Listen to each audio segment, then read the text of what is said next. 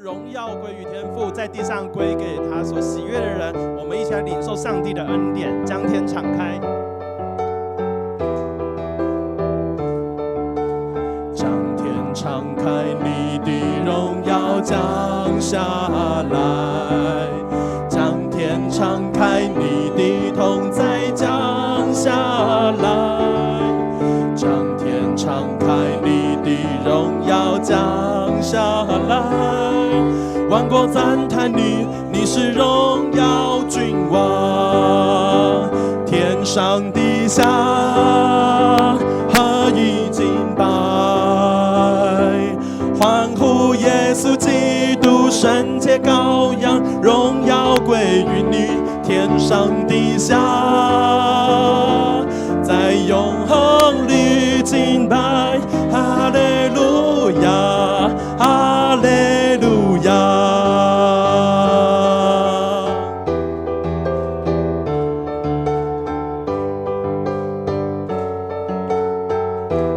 将天敞开，将天敞开，你的荣耀降下来，将天敞开，你的同在降下来，将天敞开，你的荣耀降下来，万国赞叹你，你是荣耀君王，天上地下合一敬拜，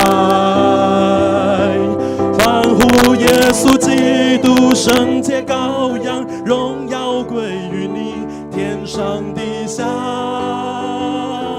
在永恒里敬拜，哈利路亚，哈利路亚。神就在这里，神就在这里，我们欢迎你，让一切焦点转向你。神就在这里，我们欢迎你，宝座前敬拜不停息。我们再一次宣告，神就在这里，神就在这里，我们欢迎你，让一切焦点转向你。神就在这里，我们欢迎你，宝座前敬拜不停息。将天敞开，将天敞开，你的荣耀降下来，将天敞开，你的同在降下来，将天敞开，你的荣耀降下来，万国赞叹你，你是荣耀君王，天上地下合一敬拜，欢呼耶稣基督圣洁羔羊，荣耀归于你，天上地下在永恒里敬拜，哈利路亚，哈利路亚。天上地下合一敬拜，欢呼耶稣基督圣洁羔羊，荣耀归于你，天上地下在永恒里敬拜，哈利路亚，哈利路亚，哈利路亚，哈利路亚，哈利路亚，哈利路亚，哈利路亚。我们将掌声归于爱我们的阿爸父上帝。弟兄姐妹请坐。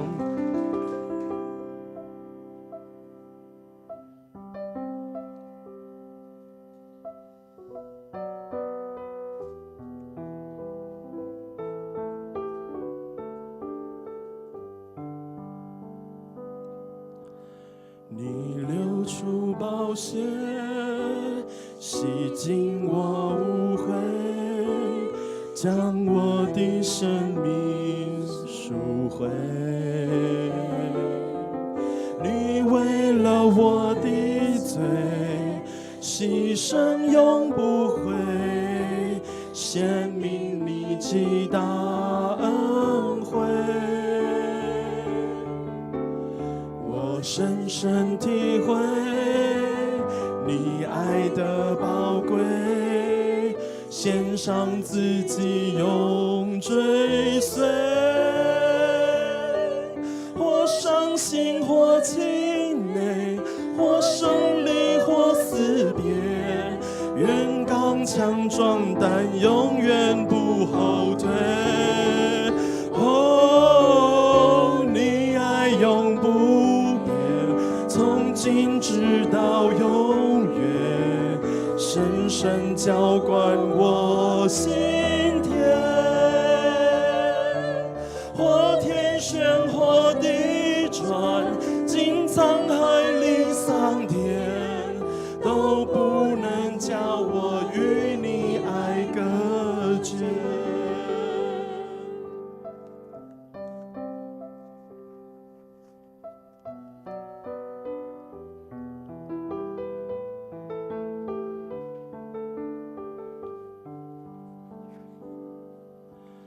你流出宝血，洗净我污秽，将我的生命赎回。你为了我的罪牺牲永不悔，显明你极大恩惠。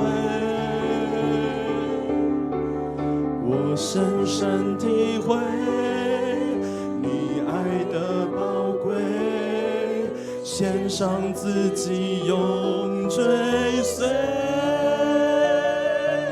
或伤心或气馁，或胜利或死别，愿刚强壮胆，永远不后退。哦，你爱永不变，从今直到永远，深深浇灌我心田。或天旋或地转，经沧海里桑田，都不能叫我与你爱隔绝。哦，你爱永不变，从今直到永远，深深浇灌我心田。或天旋或地转，经沧海里桑田，都不能叫我与你爱隔绝。或天旋或地转，经沧海里桑田，都不能叫我与你爱隔绝。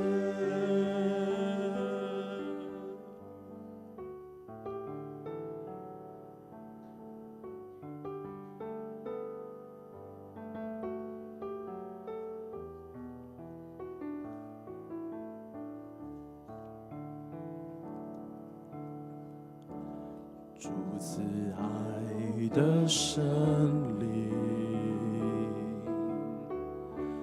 让我全心感受，渗透我的生命，赐下平静和安息。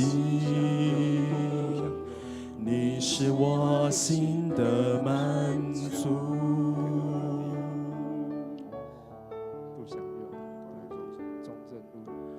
主慈爱的真理，你用光照向我，包围我的身体，赐下平静和安息，让我感受你的爱，在乎呼召我之处，我要献上敬拜。无论遭遇何时，依然扬声歌唱。在呼召我之处，我要献上敬拜。无论遭遇何时，依然扬声歌唱。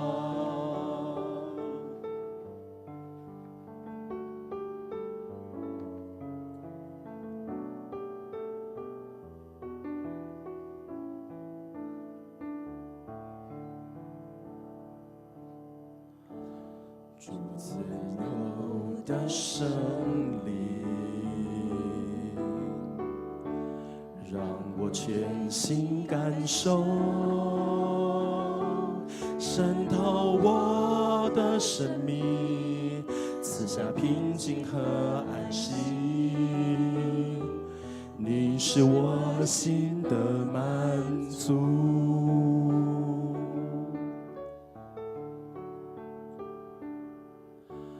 主慈爱的真理，你荣光照向我，包围我的身体，赐下平静和安息，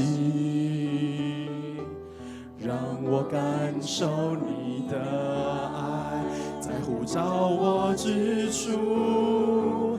我要献上敬拜，无论遭遇何时，依然扬声歌唱。在呼召我之处，我要献上敬拜，无论遭遇何时，依然扬声歌唱。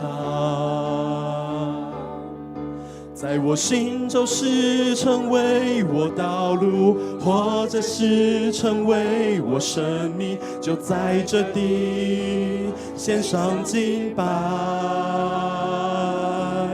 在我心中是成为我道路，或者是成为我生命，就在这地献上敬拜。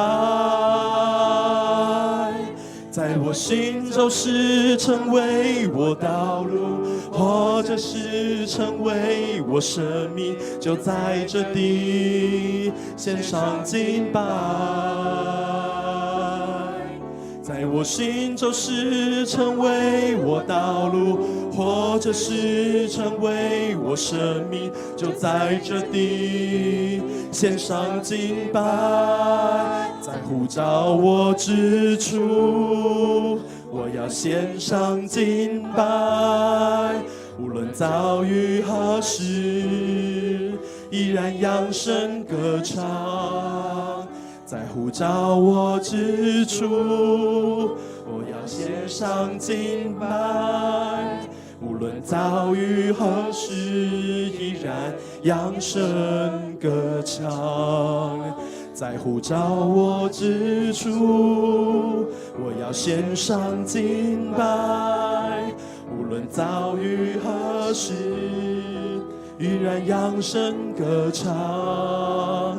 在呼召我之处，我要献上敬拜。无论遭遇何时，依然扬声歌唱。无论遭遇何时，依然扬声歌唱。哈利路亚！这个时候我们要来进行奉献，请弟兄姐妹预备。奉献是基督徒感恩的表现。若你不明白奉献的意义，请用祷告来献上感谢。我们一起来用这首诗歌。从前面往后。献上感恩的心，归给至圣全能神，因他赐下独生子主耶稣基督。献上感恩的心，归给至圣全能神，因他赐下独生子，主耶稣基督。我们起立来唱。如今软弱这一的刚强，贫穷这一成富足，都因为主已成就了大事。如今软弱这一的刚强，贫穷这一成富足，都因为主已成就了大事，感恩。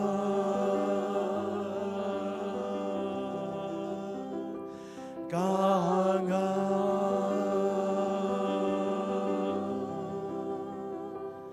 感恩。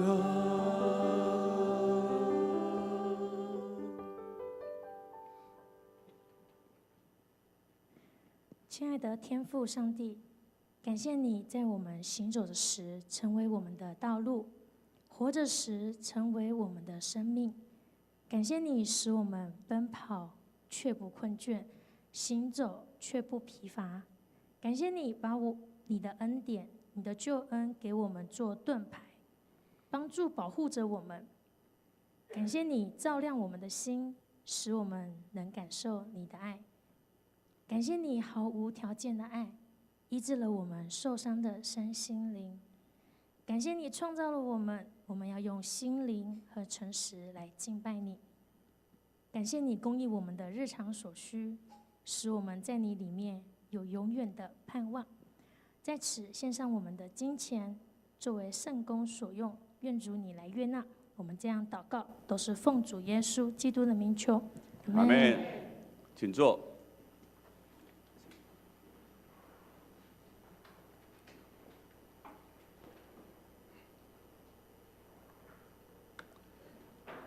好，弟兄姊妹，大家平安。平安。我来做消息报告。我们手上有没有周报呢？有。好，打开我们的周报啊。那我们周报呢，我们只报告那个下面有划线的部分、重点的部分哈。当然也有电子版的啊。我希望我们这个周报可以带回家也是干事非常用心做出来每周的消息报告周报嘛哈。不是只有报告这几项而已，其他的我们也可以一起来读一起来关心教会的哈。好，我先来做小会的消息报告。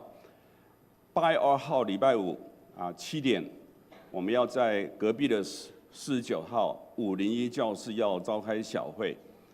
第二点呢，9月1号我们要举行今年度的第5次的圣礼典所以如果要受洗的，这个包括成人洗礼坚信礼，还有信仰告白、小儿洗礼要洗礼的这些弟兄姊妹呢，务必在8月18号之前向主任干事或是行政干事来报名那特别要强调了，如果你要接受成人洗礼以及坚信礼的弟兄姊妹，你必须要完成基要真理的课程基要真理的课程好，再强调一次，8月18号之前要报名我们9月1号要举行圣礼典小会第3点消息郭正坤弟兄担任本会的大楼管理员总共有13年10个月他将以7月31号届龄退休。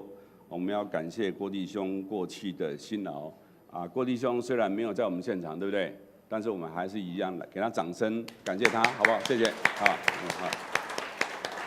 遇到他的时候，跟他握个手，好不好？好，记得跟他感谢一下他也是退休了之后，再到我们教会来升任管理员这样的好，长执会的消息呢，7月28号，也就今天下午，要在隔壁的49号401教室要召开第416次的长执会啊，请这些长执呢务必要预备心，准时来出席啊。如果你不能来参加开会的，务必呢要跟主任牧师陈牧师来请假哈。崇拜部的有2点消息，第一点啊，下个礼拜天我们就进入8月份的服事哈所以要请所有的服事人员注意你的服事项目跟时间，不要漏掉了哈。8月份是下一季开始啊。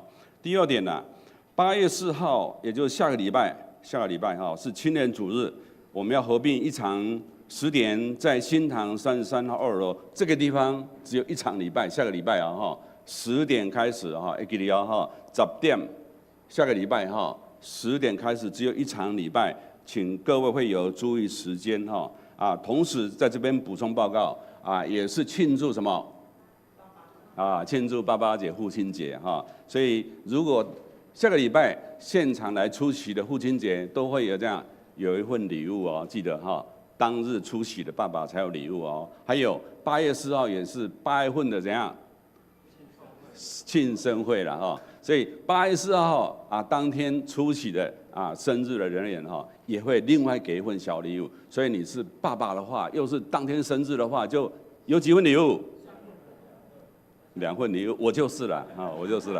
OK 牧师也是8月份生日好，记得10点开始，下个礼拜只有一场礼拜10点开始好，传道部的这个消息很重要传道部我们在10月13号要举办什么？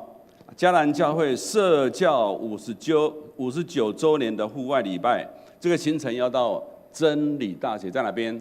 淡水，我们10年前去过一次了所以我们这一次还要再造访一次真理大学我们要借他们的大礼堂，在那边做主日的礼拜，包括我们可以到淡水那边游览淡水的老街。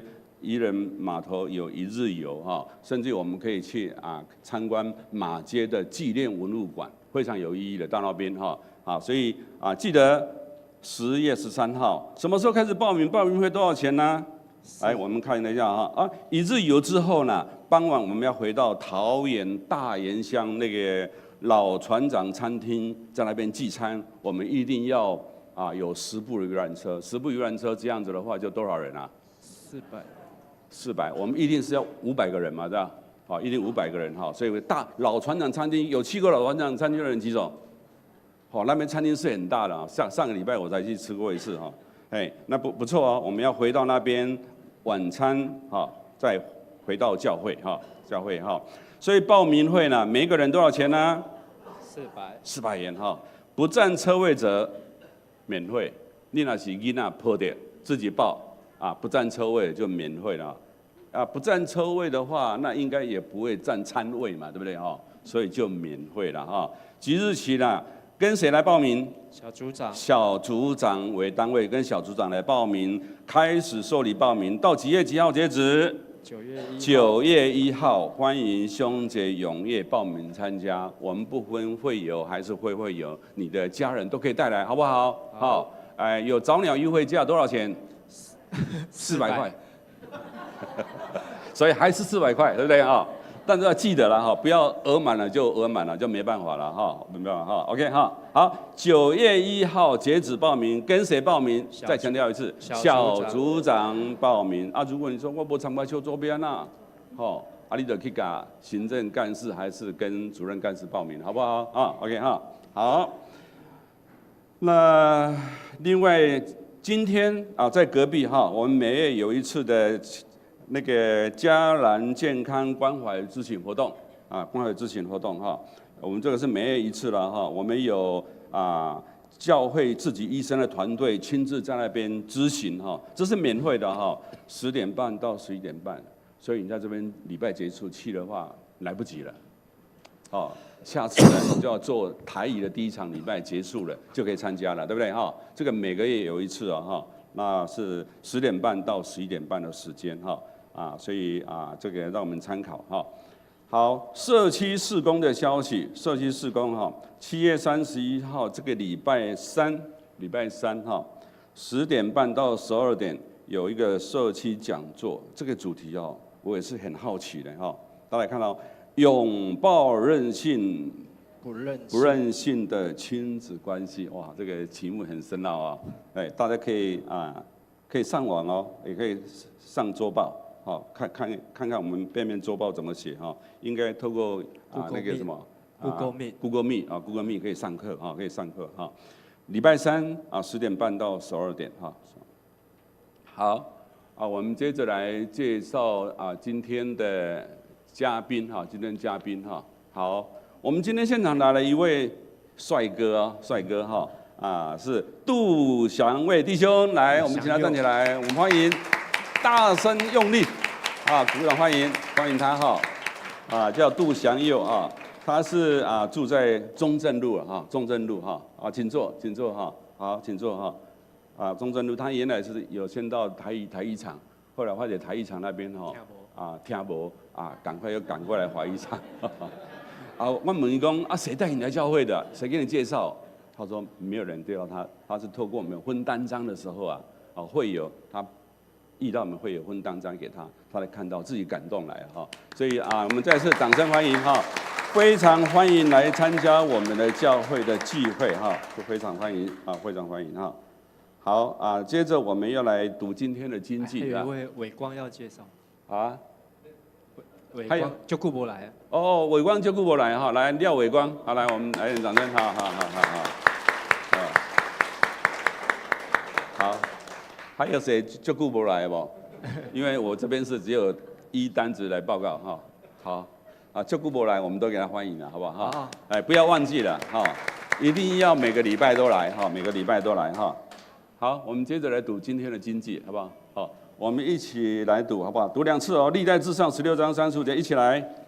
你们要说拯救我们的神求你拯救我们，聚集我们，救我们脱离列国，我们好颂扬你的圣名，以赞美你为圣。再一次来，你们要说拯救我们的神求你拯救我们，聚集我们，救我们脱离列国。我们好颂扬你的圣名，以赞美你为夸胜。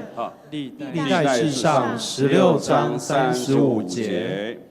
OK， 好我们要请牧师讲到之前，我们还要来读圣经哈。今天的圣经记载在历代志上15章，我们要从25节读到29节哈。历代志上，我们一起来读哈，要把这个字句把它读进我们心里面去。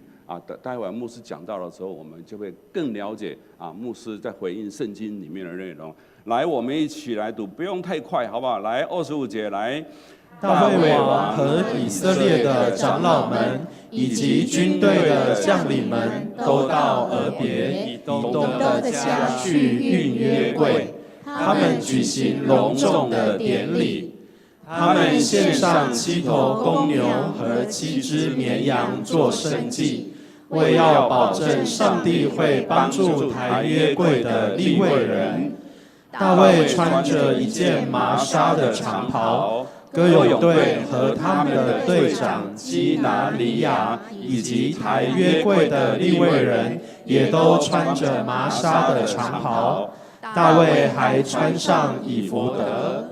于是，所有的以色列人随着约柜一起到耶路撒冷，他们一路欢呼，有号角拔的声音，还有竖琴和七弦琴奏出的音乐。当上主的约柜运进大卫城的时候，扫罗的儿女米甲从窗口观望。看见大卫王兴高采烈的跳跃后，就瞧不起他。好，我们这时候我们要请陈牧师来为我们讲道。他今天早上来为我们讲到的题目是迎接约柜的准备，迎接约柜的准备。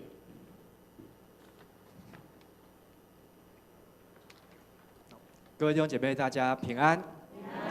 经过了2天的台风假。好，那不晓得住在桃园的人有没有觉得桃园是个好地方？好，有好无风无雨，还有看到太阳。好，但是我们也要为在中南部，特别是在高雄、还有花莲、宜兰，好许多淹水受灾的这些受灾户啊，也要为他们来祷告。好，那也求神能够让这些的台风受灾户，好能够受灾的程度能够降到最轻。好，但是我们看到这个地方政府的角色重不重要？好，还有防台的预备重不重要？好，现在的防台预备呢，不是只有预备这个以前在玻璃都要贴这个叉叉的胶带啊，现在不是只有这样，好，现在还要挖蓄洪池、蓄水池，平常的水沟，好就要先疏通，好，然后你要先让那个瞬间的大雨降水的时候呢，能够让那个水沟的排水能够排得快，甚至呢还要这个女儿墙，楼顶上的女儿墙怎样？好，可能都要检查那个女儿墙到底有没有绑钢筋哦，还是它只是叠砖块上去，没有绑钢筋哦。铁皮屋这样一扫，好，那可能就掉下来。今天我们教会的儿童牧区啊，就在教会的9楼，好，他们在上面打仗，打什么仗呢？打水仗啊！好，今天的儿童牧区，所以我们现在在这边做礼拜，好，他们在隔壁的9楼上面啊，在玩水，好，那但是我们的女儿墙都很坚固了，好，都很坚固啊，都有绑钢筋。好，但是也是希望透过这些的活动，好，能够让小孩子们，好，他们能够有参与，而且对教会好，这个我们的主日学同工儿童牧区的老师很用心，好，每一关呢都有一个圣经节，好，每个圣经节都跟那一关的游戏好相关，好，而且你还看到教会的9楼，今天早上上去看，哦，教会9楼还多了一个游泳池啊，还多了一个游泳池，好，所以今天的主日学他们的活动可以一直延续到下午2点啊，所以等一下聚会完之后，吃完爱餐，好，如果你也想要上去玩的，好，欢迎大家，好，也可以到49号的9楼啊上面，好去参加。在约柜，好，这个是圣经当中一个非常重要，好，代表上帝的同在。而我们每一个人，好，可能不一定有约柜，好，但是我们可能需要的是一个保险柜，好，如果送你一个保险柜，静好你会想要放什么东西在里面？把你自己放进去，不是要放你的 LV 进去吗？好，把你那个不重要，好，那个不重要，那个 LV 不能锁起来，好，要抬出来这样子。如果送我一个约柜呢，我可能会想要把我的秘密锁在里面，好，最好都不要被人家看到，好，因为我也没有黄金，好，也没有股票，好，也没有这些珍贵的东西，但是呢，可能比把秘密锁在更里面呢，啊，希望把上帝给我的应许，上帝给我的恩典，好，能够牢牢的锁在里面，不要被偷走，而且它也不要消失不见。约柜它本身代表就是上帝给人的礼物、秘密，或是上帝给人祝福。在我们刚刚读过的希伯来书共读当中，好，我们就知道约柜里面有3件很重要的东西。第一个就是盛着玛纳的金罐，第二个就是亚伦那一根发过芽的杖，第3个就是2块写着十诫的石板。这3件东西呢，好，代表着约柜里面的秘密。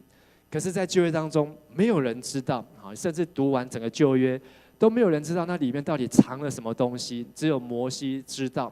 好，然后据说圣经有写，旧约当中你大概知道有石板在那里面，可是你不晓得说，居然还有一罐玛纳，好，是他们在旷野38年留下的那一罐玛纳，好，到了他们进入迦南地还留的那一罐保留，还有亚伦死掉之后，他手上那一根已经发过芽的杖，也被放在约柜当中，所以这是希伯来书告诉我们的。而在约柜当中，上面有基路伯，基路伯象征什么呢？上帝的临在。所以当你看到约柜，就好像看到上帝一样，上帝就在我们的面前，所以不能够随随便便亲近，也不能够随便人冒犯观看约柜。而基路伯他2个翅膀张开，好，代表是一个赦罪，好，是一个遮盖，就是在这个基路伯的翅膀之下呢，就能够被上帝所遮盖，就不会被上帝所审判击杀，或是被上帝所处罚。好，所以它叫做一个施恩座，好，施恩座就是恩典的宝座。所以这是一个约柜，它是一个几样东西组合起来。好，那甚至如果我们读利未记，会看到约柜的上面好会有4个角。好，那个脚呢都是大祭司他一年进去献祭的时候要洒血在那脚的上面啊。而这约柜是代表上帝的同在，而且照圣经来看，约柜它本身是会发亮的，它不用插电，好，它也不用充电，好，它也不用打灯。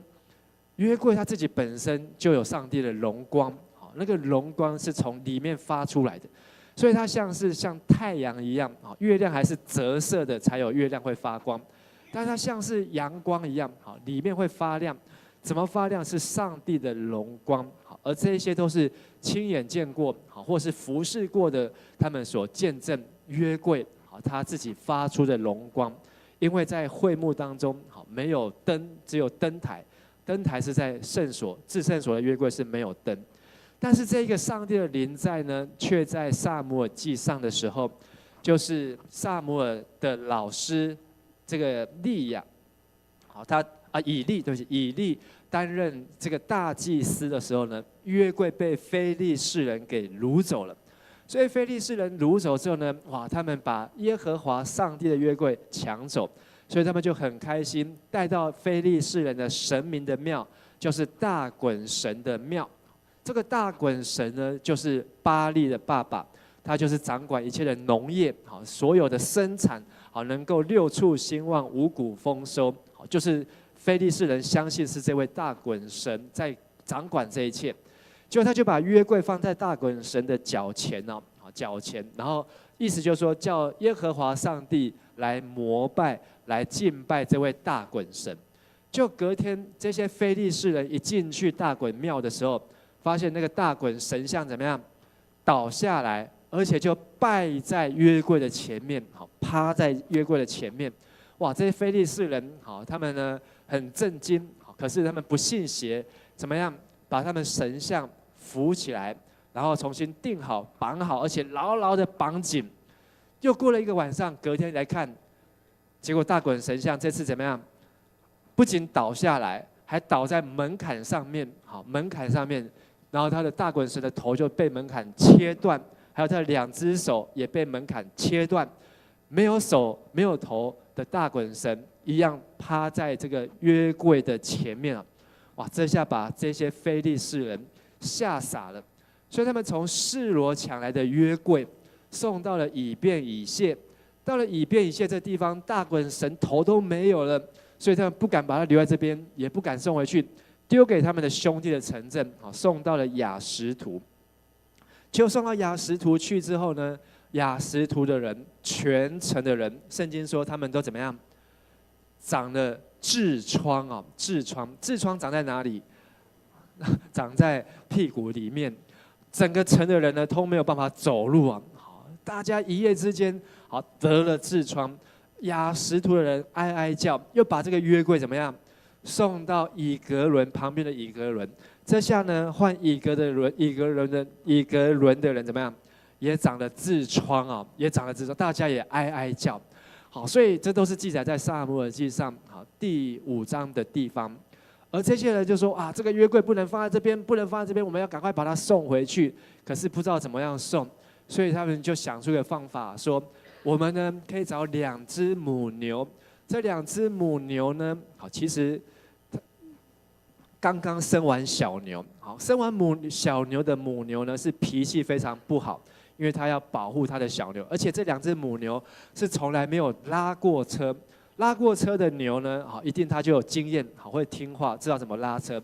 可是他们故意找了2只脾气不好的母牛，刚生完，而且又没有拉过车，然后弄了一台全新的车在这上面，再把约柜放上去，而且呢，他们为了要跟耶和华上帝赔罪，所以他们就做了5只的金老鼠，还有5个金的什么痔疮啊！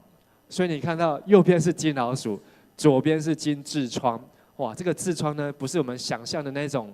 那么小一个，是这么大一个，好，5个城镇，每一个城都要想办法生出一个金老鼠，还有一个金的痔疮，当做礼物跟耶和华上帝的约柜来赔罪。这样总共有10样，加上约柜，就只有这2只牛呢，自动导航、自动驾驶，从来没有拉过车，一路就往这个以色列的方向一路去，就去到了以色列的境内，叫做伯示麦啊，好，伯示麦，伯示麦啊，在这个下面的地方，基列耶琳的下面。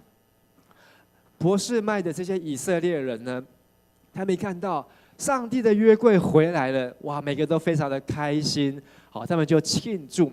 可是当大家开心庆祝的时候呢，这当中大概有70个人，他们想要去偷看约柜里面到底藏了什么样的宝贝。结果呢，上帝就从约柜里面出来，就瞬间就击杀那70个人啊！好，如果我们从圣经的翻译当中可以看到，那70的意思就是5万当中的70。这个城可能有5万个人，可是5万个人当中呢，有70个人，他们好奇要去偷看约柜。就通通被上帝击杀，所以伯示麦5万人呢，非常的担心紧张。哇，上帝的约柜不能在这边，所以就把他送到了基列耶琳。好，就现在有看到红字这个地方，它是一座山呢。好，它是一个要上山的地方。但是基列耶琳人呢，他们就很懂得规矩，他们就把约柜安放在那边，没有人去偷看。然后呢，一放就放了20年。20年之后呢，扫罗当了王，扫罗当王又当了40年，这40年当中，约柜都没有人去动过他。后来扫罗死掉之后，换大卫在希伯伦当王。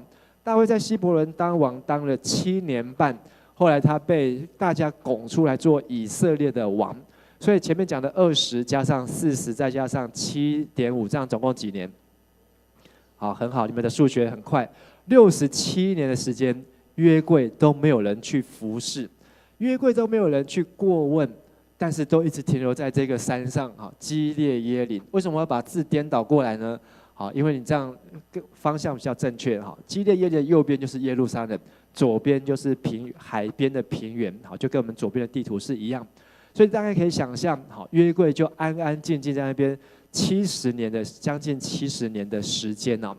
这70年的时间，没有人去服侍约柜，但是一直到大卫在撒母耳记下的第5章，也是我们现在共读的历代志上，我们读过的第11章，讲到大卫被12个支派的人邀请、拜托、请求大卫出来做全以色列的王。而总共有多少人来请他呢？好，如果我们去计算，有打过仗的12支派当中，打过仗的就有34万人啊，他们都来到了希伯伦，34万人拿军器的这些军队，请大卫来治理他们，当以色列的王啊。可是呢，这12支派版图辽阔，大卫他现在在南边这个的地方希伯伦，可是整个北边的以色列那么大的国土，大卫搞不好都不一定有去过。他哪有办法率领这34万的人？北边有亚兰人，西边有非利士人，东边有以东人，南边有米甸人，还有阿拉伯人，还有西南边的埃及人。他们要怎么样去一个被包围的国家，如何去跟四周围的国家来征战呢？大卫，如果你是大卫，你第一个要想的，如果别人从东边打来怎么办？人家从西边非利士他们是最早用铁器在跟人家打战的，所以他们很厉害。好，他们打过来怎么办？如果北边亚兰打来怎么办？亚玛利人打来怎么办？所以这个都是大卫他必须思考。但是大卫他想起了在他年轻的时候，就是他17岁的时候呢，有一个先知来到他的家。那个先知叫做撒母耳，来对他的老爸耶西说：“好，上帝派他要来膏他的儿子，叫他所有的儿子，叫他儿子出来，大哥出来，又高又帅。但是撒母耳说不是他，二哥出来更高更帅。撒母耳说不是他。然后一连大卫的7个哥哥通通被叫出来，通通不是他。撒母耳就问说：耶西，你还有其他的儿子吗？耶西说：有啊，我还有一个最小的儿子，他现在在外面在放羊。好，撒母耳说：把他叫进来。一进来之后，看到大卫的面色红润，撒母耳说：上帝说就是他。所以当天就在他7个哥哥、爸爸可能家人的面前，大卫他就被先知高摩做什么？做王哦，做什么王？做全以色列的王。可是如果你刚才有注意听牧师在讲，17岁到他37岁做全以色列的王，中间隔了几年？20年。这20年当中，他先去打败了歌利亚，回来就变成以色列的元帅。20年当中，他娶了扫罗的女儿米甲，他成为扫罗的女婿。这20年当中，他拿着琴在扫罗王的旁边服侍。当扫罗王被鬼附、心情不好、忧郁症发作的时候，就叫大卫就弹琴。后来这20年当中，大卫的名声越来越强过扫罗，所以扫罗杀死千，大卫怎么样？杀死万，所以扫罗就非常的嫉妒大卫，所以好几次要大卫死。最后大卫请约拿单去跟他的爸爸确认，他爸爸是真的要他的命。约拿单一确认之后，大卫说：“真的，他要我的命，他必须要出去。”所以20年当中，有10几年，大卫都在逃难、逃避他的岳父也是他的老板扫罗的追杀。但是20年之后，他才被这些12个支派的长老们再一次高他做全以色列的王。可是他当王之后，最重要一件事情，不是他发号施令，而是他必须要倚靠上帝。所以他知道，他必须要邀请上帝跟他一起治理这个国家，这个新的城市叫做耶路撒冷，也叫做锡安城，也叫做大卫城。他必须要邀请上帝的约柜，所以就打听说约柜，听说70年前约柜就被带到基列耶琳，下落不明。他请人去打听说约柜还在那边，所以他就要把约柜邀请来到耶路撒冷。所以右边这张地图最左边的橘色的点就是基列耶琳停的那个山上。而他们必须要走到上面的基顿，然后再走下来到耶路撒冷，这样的路线，能够把约柜运进来。如果没有参加共读，你就知道这一段到了基顿，为什么那牛拉的车上面的约柜会牛前尸体，那个会翻车，以至于乌撒他伸手要去扶约柜的时候，上帝就冲出来，从哪里冲出来？可能是从约柜里面冲出来，而且击杀了乌撒。那个冲出来呢，击杀它的意思呢，就是冲破，冲破。所以等于是上帝从约柜里面冲出来，冲破了乌撒。所以我们看到这个图，乌撒好像是被闪电打到、被电死的。其实按照圣经，比这个更可怕。乌撒是被上帝冲破的，身体被上帝冲破的。所以大卫知道这个事情之后呢，非常的生气他不仅是害怕，圣经说大卫是生气，但他不是生上帝的气，大卫在生自己的气。他到底做了什么样的傻事以至于他要邀请约柜这个事情，居然让他的手下的人被上帝击杀。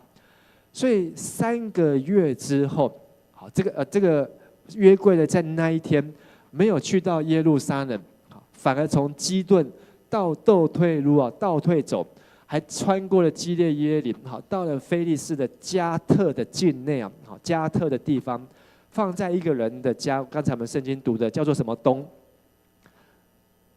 俄别以东，放在他家3个月。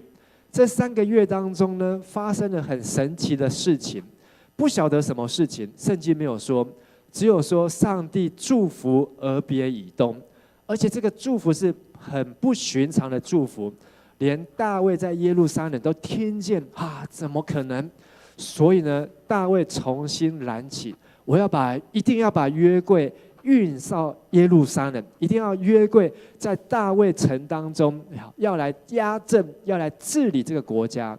所以这一次呢，大卫他重新整顿，然后呢，派人按照规矩去迎接约柜所以我们可以看到俄别以东，他是住在加特的人，但是从历代志我们可以读到俄别以东他的祖先就是利未人，所以他是一个服侍上帝的利未人。然后呢，又看到俄别以东，他又是一个守门的，就是看守把守约柜的。然后他的有8个儿子，62个子孙。然后他这些儿子子孙呢，都是善于办事的壮士啊。在迎接约柜那一天呢，大卫一路欢迎，一路献祭，一路唱诗，甚至大卫本身就会弹琴，最后他还跳舞迎接约柜进入耶路撒冷。可是，在他跳舞的当中呢，大卫跳到他的衣服都怎样？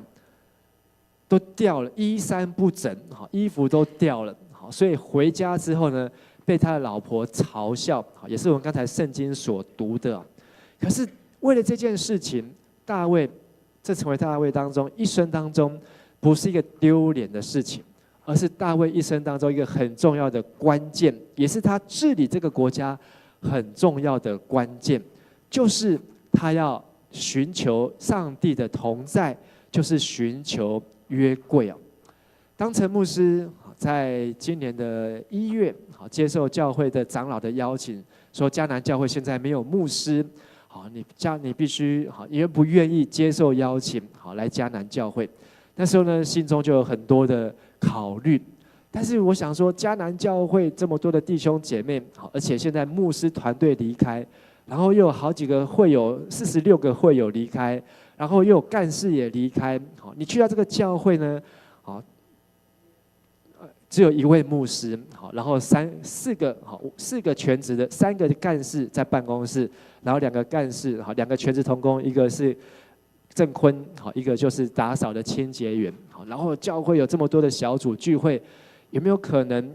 但是让我想起了大卫，他要治理这么大的国家，以色列国家，那么多人都是他不认识的人，他怎么样治理，怎么样带领呢？的确是非常的不容易。但是大卫呢，却为了迎接约柜，做了3个很重要的准备，也是在我们今天要读的这个经文当中。所以牧师透过这3段经文，跟大家分享大卫他如何来迎接约柜所做的准备。第一个，大卫他准备了分别为圣的利未人。请大家说一次。大卫先找了同工，并不是找将军，也不是找那个丞相、宰相，他也不是找他的老婆要找什么美女，然后给他生这些的儿子，都不是。他呢找的人家找他当王，他要找约柜，为了找约柜，他找了分别为圣的利未人。在那个时候，大卫说，只有利未人可以抬约柜，因为他们是上主选出来抬约柜，永远侍奉他的人。可见上一次大卫要抬约柜的时候，他没有注意到这一点，所以他第2次的时候呢，他发现利未人是关键。所以第12节，我们一起来念：大卫对他们说，你们是利未各宗族的领袖，要洁净你们自己和同族的利未人，好把上主以色列上帝的约柜运到我所预备的地方去。由于前次你们没跟我们一起去抬约柜，上主我们的上帝惩罚了我们，因为我们没有照规定敬拜他。所以前一次利未人没有被邀请去，以至于呢，乌撒他去扶了约柜一把，就被上帝给冲破。所以呢，在圣经历代志当中有2个乌撒，这2个乌撒呢，一个是利未人，一个是便雅悯人。所以可能被冲破的那个乌撒呢，可能是便雅悯支派，就是扫罗他的亲戚，扫罗的亲戚或是扫罗的后代，而他去扶了约柜，但是不合法、不合规矩啊，以至于上帝生气出来击杀。大卫找了这一票的利未人，还告诉他们说：你们要分别为圣。现在中文译本翻成要洁净自己，就是你们必须不只要洗澡洗干净。静豪是我们圣歌队的指挥啊，每次指挥的时候会不会先分别为圣？要洗澡，对不对？要洗2次，对不对？因为静豪很怕热啊，好，他好，而且一定还要喷香水啊，好，然后一定头发好，这个就是很标准的圣歌队的指挥。然后这个链子呢，一定都要拿出来，要擦干净，擦得闪闪发亮，好，标准的利未人。好，开玩笑，开玩笑。好，然后还有戒指，继续开玩笑。好，但是呢，这些利未人，你不仅是要洗干净，穿得干净整齐，还要心里面也要洁净。好，你不能够带着忧虑，不能够带着烦恼，你不能够带着罪恶，带着邪念来抬约柜，来亲近约柜。你必须要专心的每一件服事。好，不管你们要做任何的侍奉，好，都要专心，不能够开天窗，不能够没有预备，没有准备。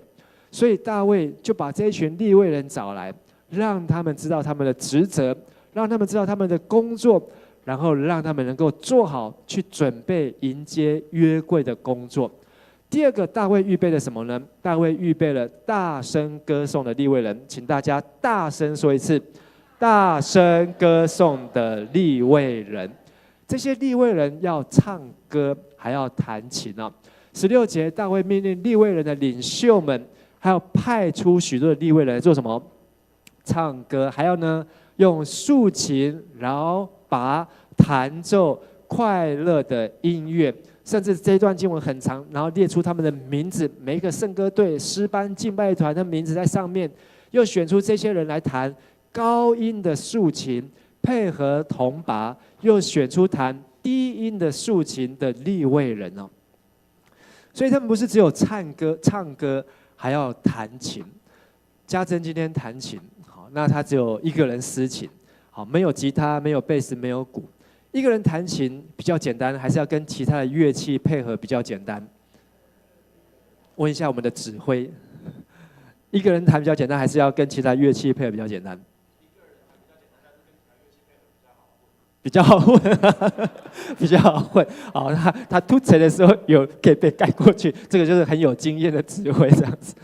好，一个人弹琴简单，就是他想怎么弹就怎么弹，想快就快，想大声就大声。可是如果其他的乐器呢，哇，就必须要配合，而且要在同样的节拍，要在指挥的带领之下，好，你必须要跟着一起走，不能够放炮，好，也不能够拖拍。所以加上在唱歌的人进去之后，哇，他就不是一个管弦乐团，他是一个合唱团加上管弦乐团。这一些的人要不要经过训练？每一次圣歌队要献诗的时候，要不要先预备？好，敬拜团上来带领大家敬拜的时候，要不要预备？好，他们预备呢，不是只是为了来唱歌，还是为了要能够整齐，为了要按照规矩，能够让大家怎么样？大声的唱歌，快乐的敬拜。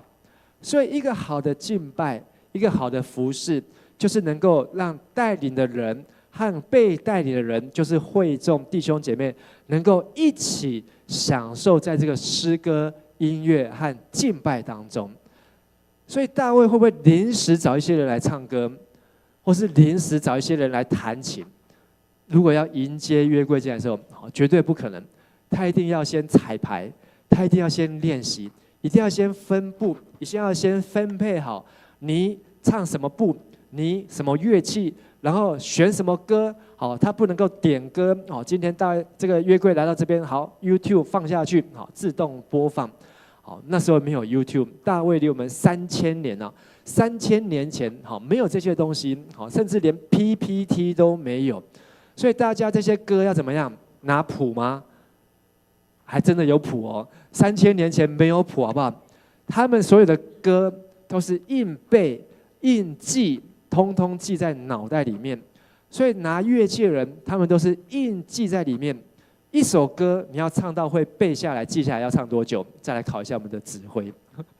好，几次？1个礼拜，好，7天，大概要唱个30次。如果你要把它记下一首歌，你要唱到30次以上，你才能够记住那个歌词哦。好，而且到最后你可以不用看谱。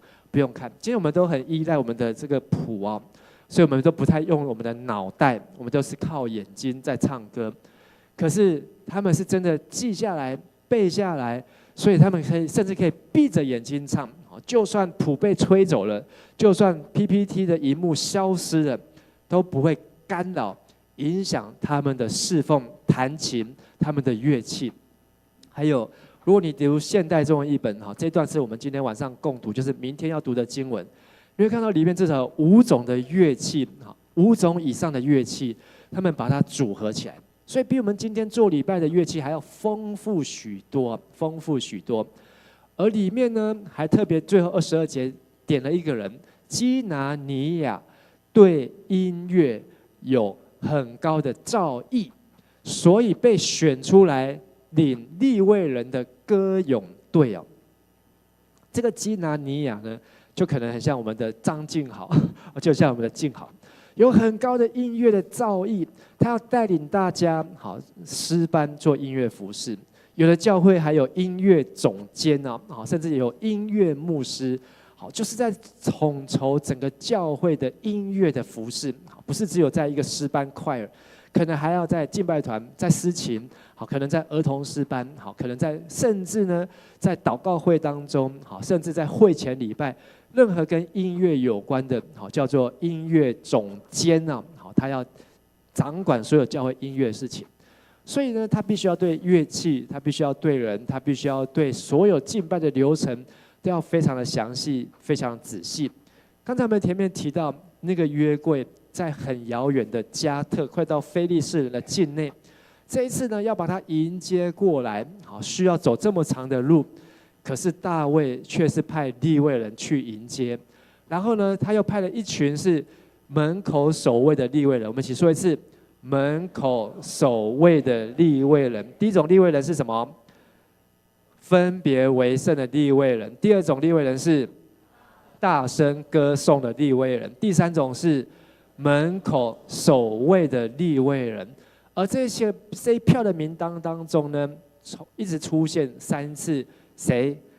俄别以东俄别以东，他在这边的职责是守卫。看守约柜，台语翻作构门，构门刚才我们在报告说，我们的迦南教会的这个大楼管理员郭正坤弟兄，他这13年10个月就在教会最主要工作是什么？构门所以你们虽然来这边聚会，可是等一下还是要去找他盖停车或是要请他帮忙他的工作也不是这样。郑坤帮我顾一下我的菜这个东西要给谁等一下帮我找谁当构门的也不简单他要认识很多的人而且呢，构门也是他也不能够随随便便就跑进来陌生人。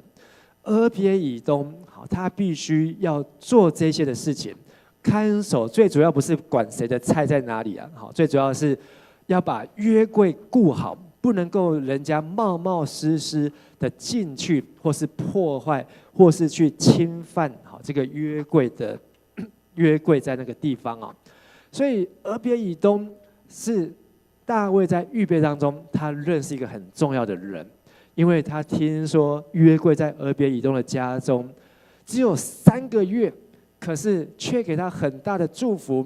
大卫一听，哇，我也要迎接约柜。所以他就派了这些的利未人，他们是分散在12支派当中，可是他们是负责敬拜的事情，而他们一路从俄别以东的家中，刚才我们读那个经文，从俄别以东的家里面去运约柜，开始就举行隆重的典礼所以那个不是只有在大卫城耶路撒冷有圣歌队是从加特城，从非利士的境内，一路上就有敬拜团、圣歌队、诗班、乐器、利未人。而且你读撒母耳记的时候，你会发现，每走6步就献上祭物，再走6步就献上祭物。所以你从这边走到外面的门口，你要献几次？这边我们这样绕比较远我们这个要献个5次才出得去那一路要献到耶路撒冷，这一条路叫做血流成河血流成河，沿路不断的献祭，是非常的吓人。我们圣经这样读过去，可是你停下来去思想圣经的话，你会觉得这是一个不可能的事情，怎么可能沿路一直献祭？但真的就发生，大卫通通都预备好了，通通都预备好。但是呢，在那一天约柜进去，大卫唱歌、弹琴、跳舞，大家欢欢喜喜。这一次没有人死了，这次只有死这些的动物，好，血流成河。这次没有约柜，没有人再冲出来，好，谁被击杀，好，谁被五马分尸，没有。这次整个非常的顺利，好，因为他们预备了非常久的时间哦。你在我们教会，光要预备一次牧师的就任礼拜，好，就要花多久的时间？好，那如果他预备一次这样的庆典、特会、盛会，要花多少的人力？要开多少的会？好，这个我们都可以去慢慢的去思想。但是就在那一天的结束之后，回家，大卫要给家属祝福。他的大老婆，就是他第一个老婆，是扫罗的女儿米甲，出来迎接大卫。表面上哇，老公辛苦回来了，嘴巴却说：“以色列的王今天真够体面了。他呢，像个傻子一样，把自己暴露在臣仆们和婢女的面前。表面上说王你好体面，好光荣，好大的荣耀啊，实际是在说你像个傻蛋，像个傻逼一样。”你呢？自己衣服都哩哩啦啦，好，什么叫做哩哩啦啦？衣不蔽体啊，重点是后面那个啦啦，好，他的衣服都掉在地上了，他还在那边跳舞，好，如果是读台语的圣经，好，就会看到那个字，好，他就赤露的身体啊，所以今天我们看到所有大卫的雕像，有没有穿衣服？为什么没有穿衣服？就是在纪念大卫，他在上帝的面前好的敬拜。我要再讲经好啊，不，你有皮带啊，好，他有皮带，很聪明。大卫就是没有皮带，好，但是呢，这个大卫的雕像，米开朗基罗刻的那个大卫的雕像，都没杀了。好，但是这是一个为了敬拜上帝、爱上帝的表现。好，3000年前没有想到说要买皮带这件事情。可是大卫怎么回应他的老婆呢？大卫说：“我们一起来念21节。我跳舞是为荣耀上主，他选立我代替你父亲和你父亲的家族，使我做他以色列子民的领袖。所以我要继续跳舞，荣耀他，使自己更加卑贱。你也许觉得我没有出息，那些婢女却觉得我了不起呢。扫罗的女儿米甲一生没有生养女。”大卫说，虽然他跳舞，好，人家看不起他。可是大卫自己知道，他是为了敬拜上帝而跳舞。而且我再来问一问大家，你觉得大卫跳舞跳什么舞？跳 disco 还是跳 tango 还是跳国标舞？好，都有。但是他是跳开心快乐的舞。好，有的人话说大卫叫做手舞足蹈，像小朋友这样跳舞。但是大卫，你觉得按照刚才牧师讲的这么多，什么事情都要准备的时候，你觉得大卫他有没有准备跳舞？搞不好他有彩排哦，搞不好他有准备哦，搞不好他有先去练过。但是也有可能他真的没有准备，但是因为约柜来了，他太开心了，他就是开心到一定要跳舞，好才能够表达他心里面的那个喜乐。所以他没有准备皮带，好跳舞跳到衣服都掉了，但是他还是继续的敬拜，继续的跳舞。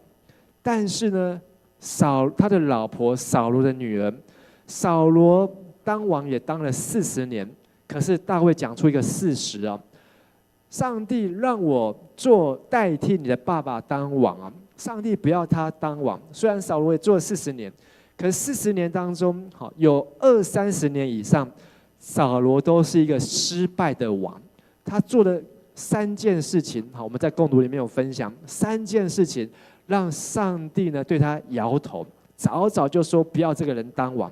所以难怪20年前的大卫就已经被撒母耳膏立，好，准备将来要当全以色列的王啊。而米甲的这一番话，其实也造成他一生的人生的结局，就是结了婚，嫁了老公，却没有孩子。我们不要说这是一个咒诅，但是我们会说他失去了上帝的祝福。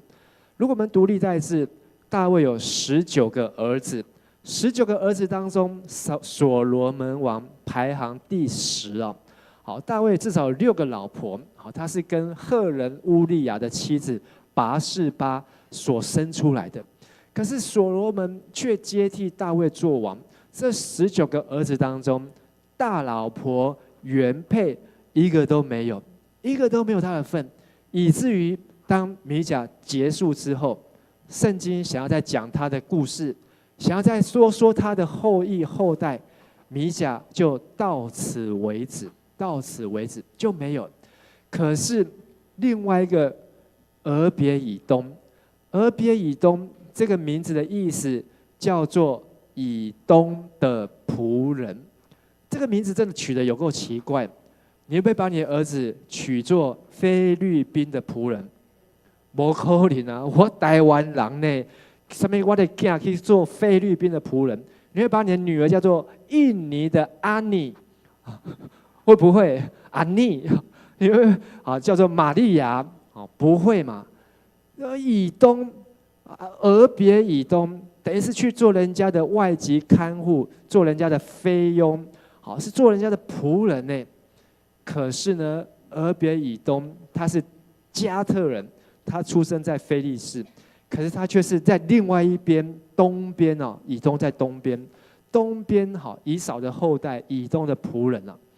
可是俄别以东从这个名字就大有问题，好，为什么他爸给他取这个名字？为什么他会从以东又住在加特？为什么约柜会放到他家去？好，这真的是大有问题。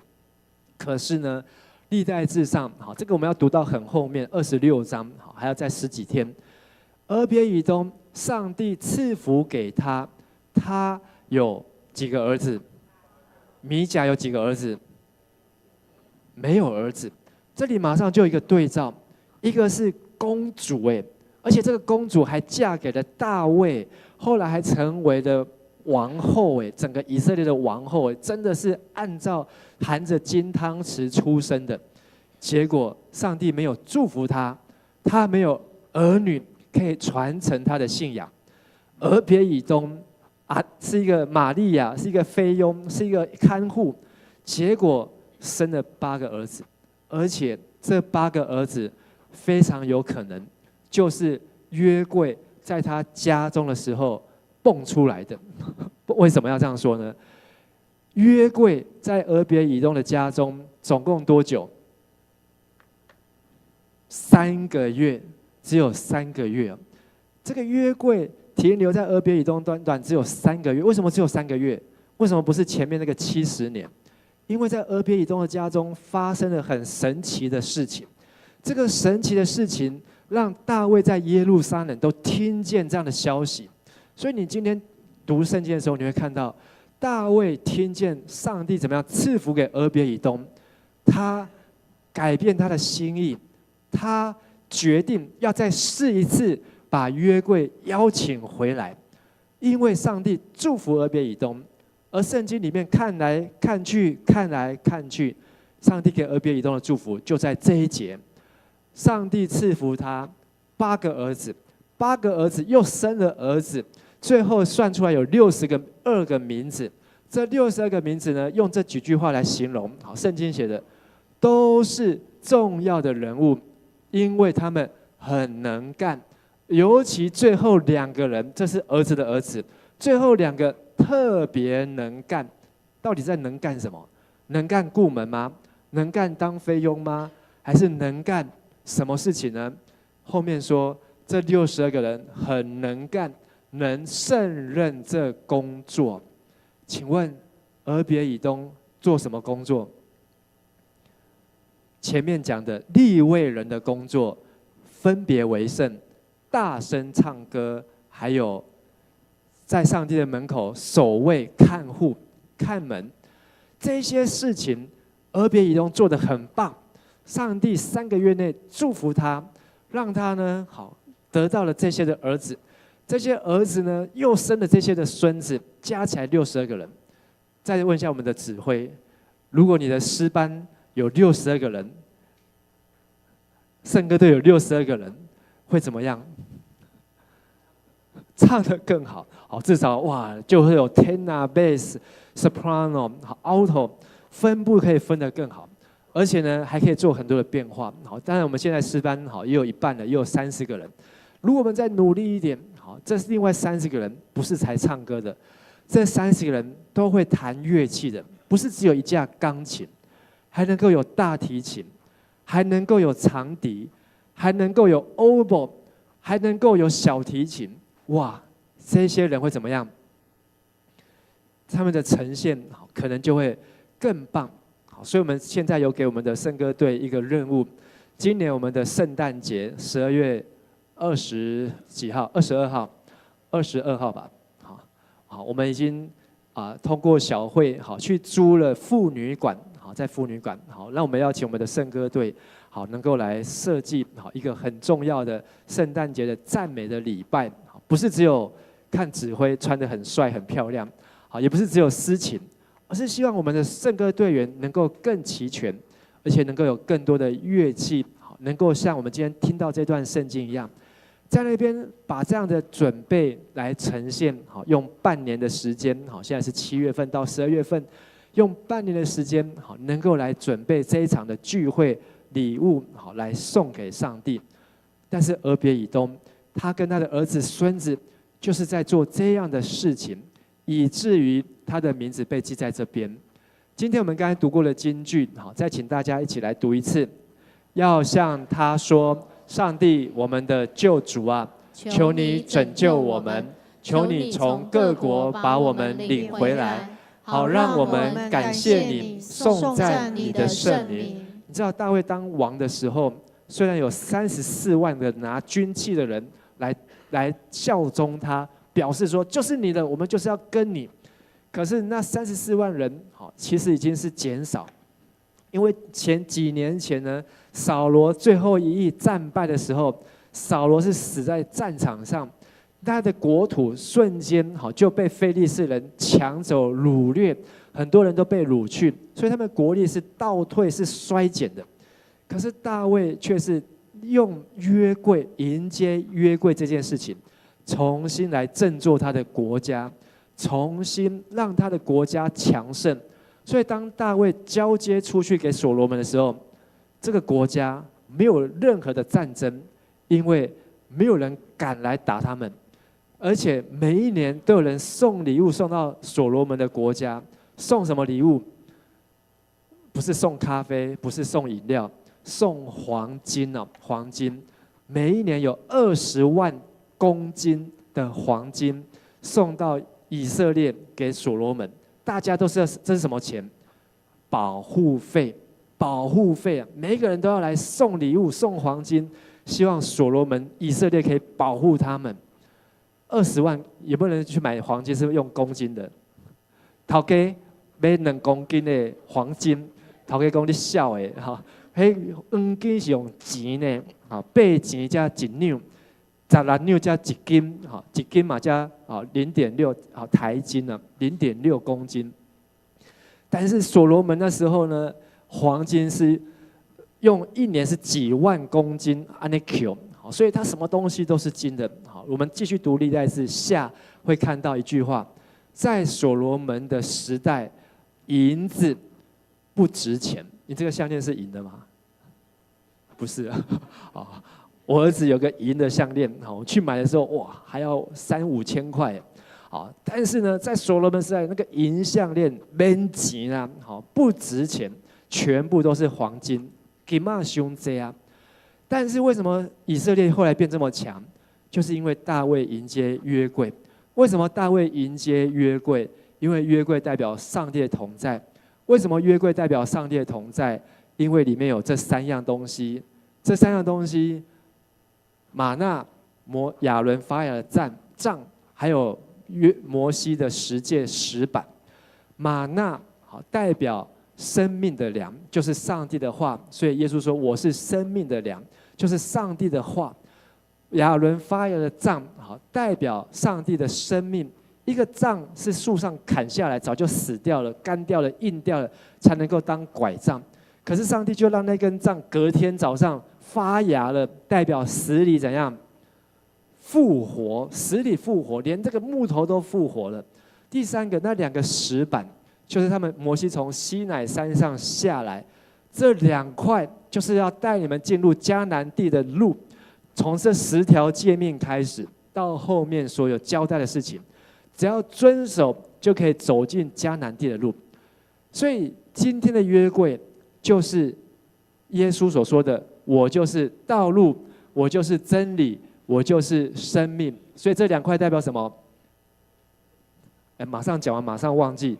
道路，那2块石板叫做道路。玛纳金冠的玛纳叫做什么？真理。好，那根发芽的杖代表什么？生命，因为死无变为有，从死里复活。所以今天我们需不需要去找约柜？很多人都想要去找，太多的人想要去找，可是怎么找都找不到。为什么找不到？因为上帝已经让约柜升级了，升级成为什么？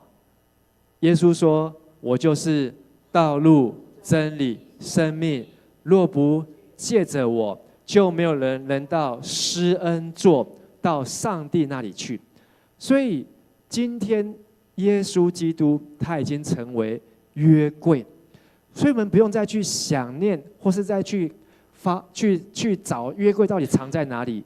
不用，你找得到，上帝已经把它藏起来，没有人找得到。像是一开始我们看到那个保险柜，上帝直接把它锁进去了，没有人找得到。但是我们可以找到的是道路、真理、生命的耶稣基督。借着耶稣，我们可以到上帝那里去哦。所以大卫他一个人，我们知道没有办法迎接约柜。同样，我们一个人有没有办法敬拜耶稣？有遇过很多的人，好几次，他说我没有去教会，但是我有在读经；我没有去做礼拜，但是我礼拜天都有看好消息；我没有跟人家小组，可是我都有跟耶稣在团契。一个人没有办法迎接约柜，跟你旁边的弟兄姐妹说，一个人没有办法迎接约柜。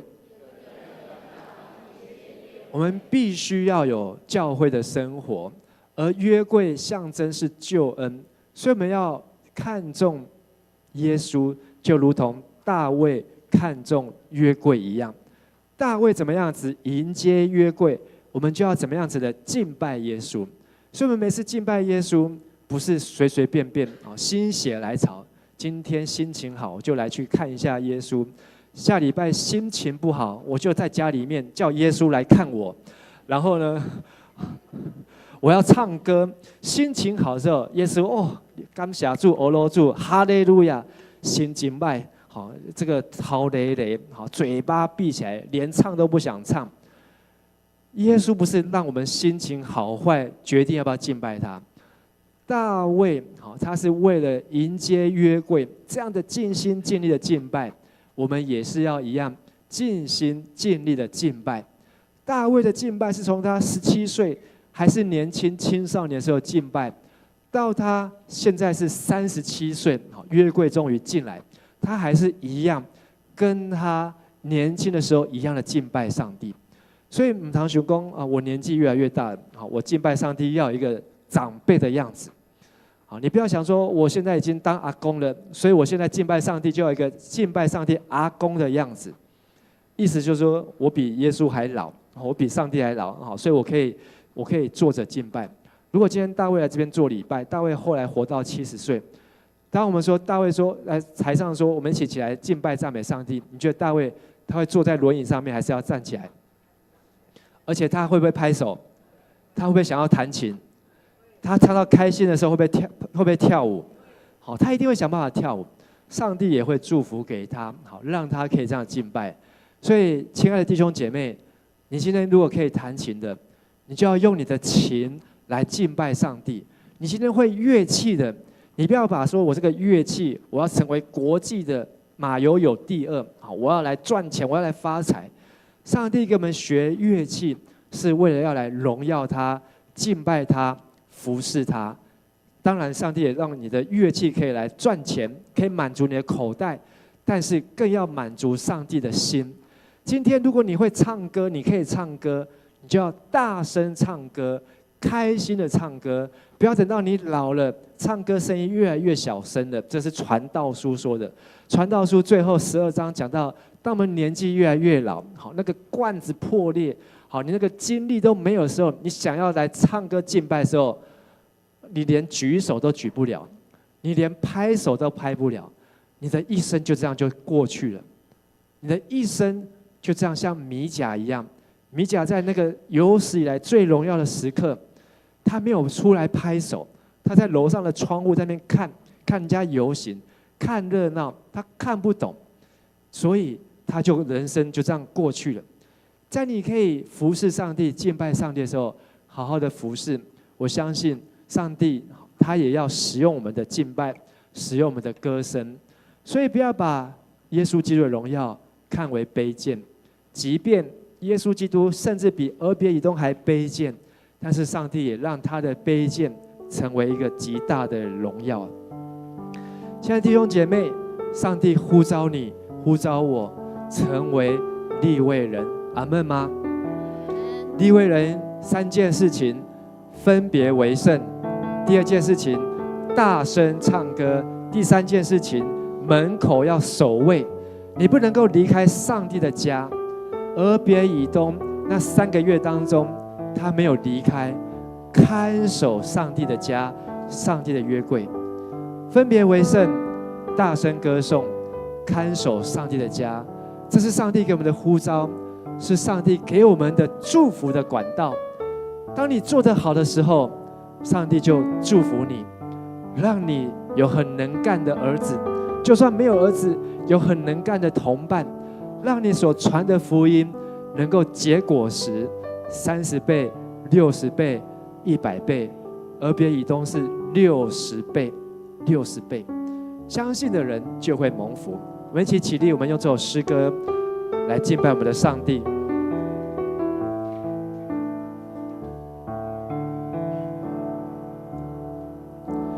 主温柔的圣灵，让我全心感受，渗透我的生命，赐下平静和安息。你是我心的满足。主耶稣是道路，是真理。主慈爱的真理，你荣光照向我，包围我的身体，赐下平静和安息，让我感受你的爱。呼召我之处，我要献上敬拜，无论遭遇何事，依然扬声歌唱。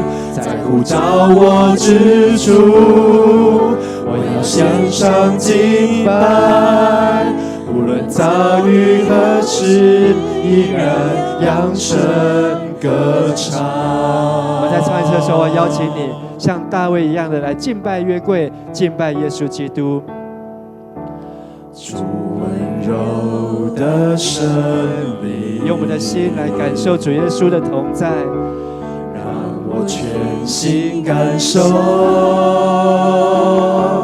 渗透我的生命，赐下平静和安息。你是我心的满足。让我们思想，主耶稣是我们的真理，是我们的生命。主慈爱的真理。是的，主耶稣，我们感谢，我们赞美你。你荣光照向我，包围我的身体，赐下平静和安息，让我感受你的爱，在呼召我之处，我要献上敬拜，无论遭遇何事，依然扬声歌唱。在呼召我之处，我要献上敬拜，无论遭遇何事，依然扬声歌唱。在我心中是成为我道路，或者是成为我生命，就在这地献上敬拜。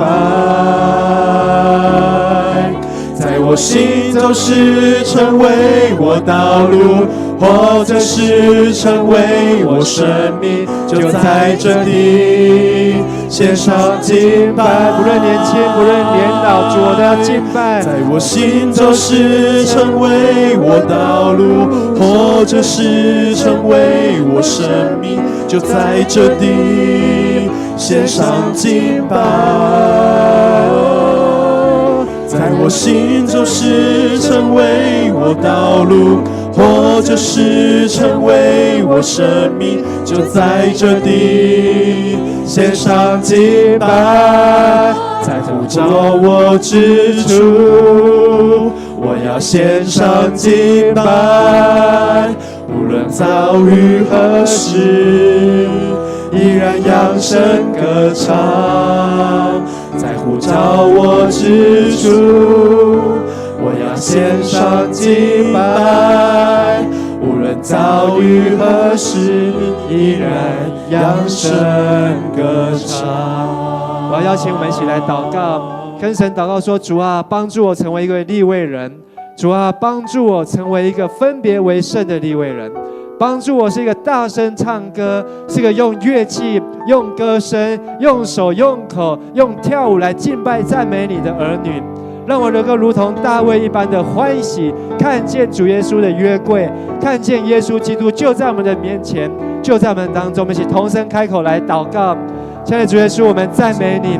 耶稣，你呼召我们要成为一位大声唱歌的利未人，你呼召我们要分别为圣，不要效法这个世界，乃是要心意更新而变化，向我们查验神善良、成全、可喜悦的旨意。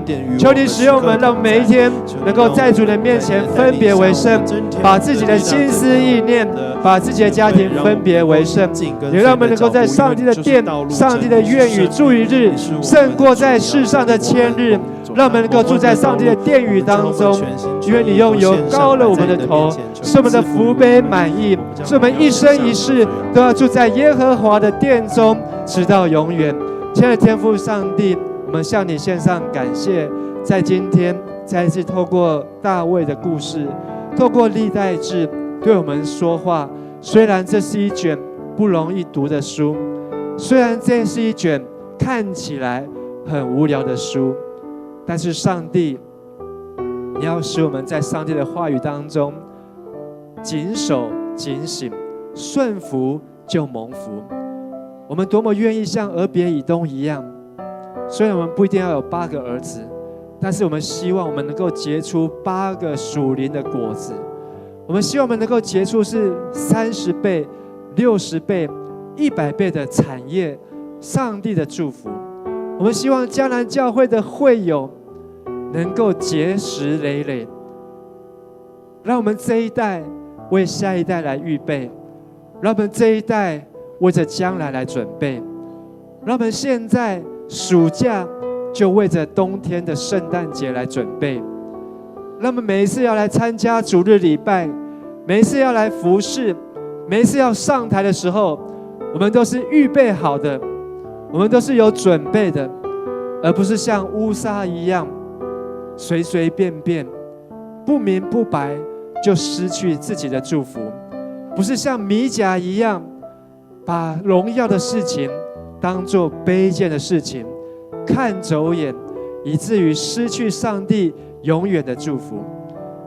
亲爱的主耶稣，再一次垂听我们的祷告，再一次使用我们的敬拜，再次使用我们的歌声，使用我们的手所弹奏出来的乐器。我们愿意抬约柜，我们愿意扛耶稣基督的十字架，我们愿意有耶稣基督走在我们人生的道路当中，带领我们每一天的脚步。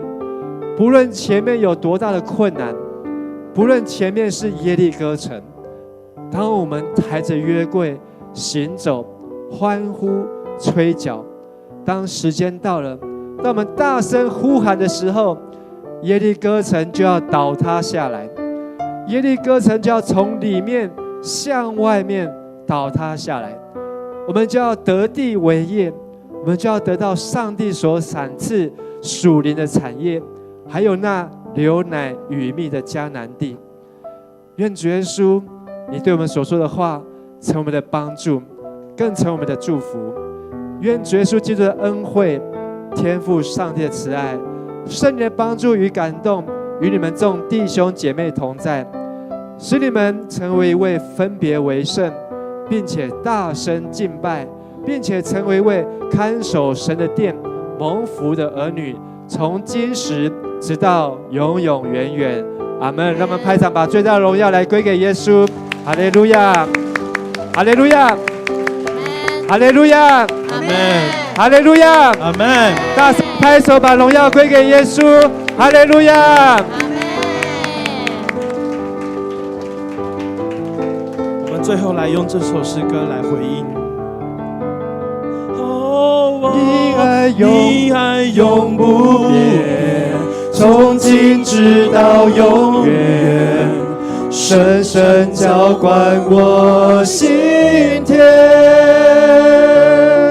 我天旋或地转，经沧海里桑田，都不能叫我与你爱隔绝。你爱永不变，从今直到永远，深深浇灌我心田。或天旋或地转，经沧海里桑田，都不能叫我与你爱隔绝。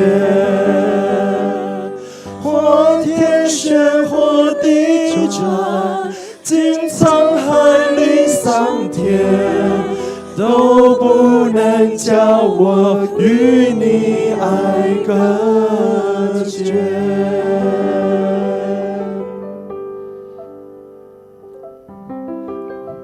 在我们要结束今天聚会以前呢，好，你不要去生8个儿子，但是请你去找8个人，跟他祝福说你是大大蒙福的人。好，8个人哦，好，你是大大蒙福的人，你是大大蒙福的人，你是大大蒙福的人，你是大大蒙福的人。找8位，好，你是大大蒙福的人。帮忙收椅子好不好？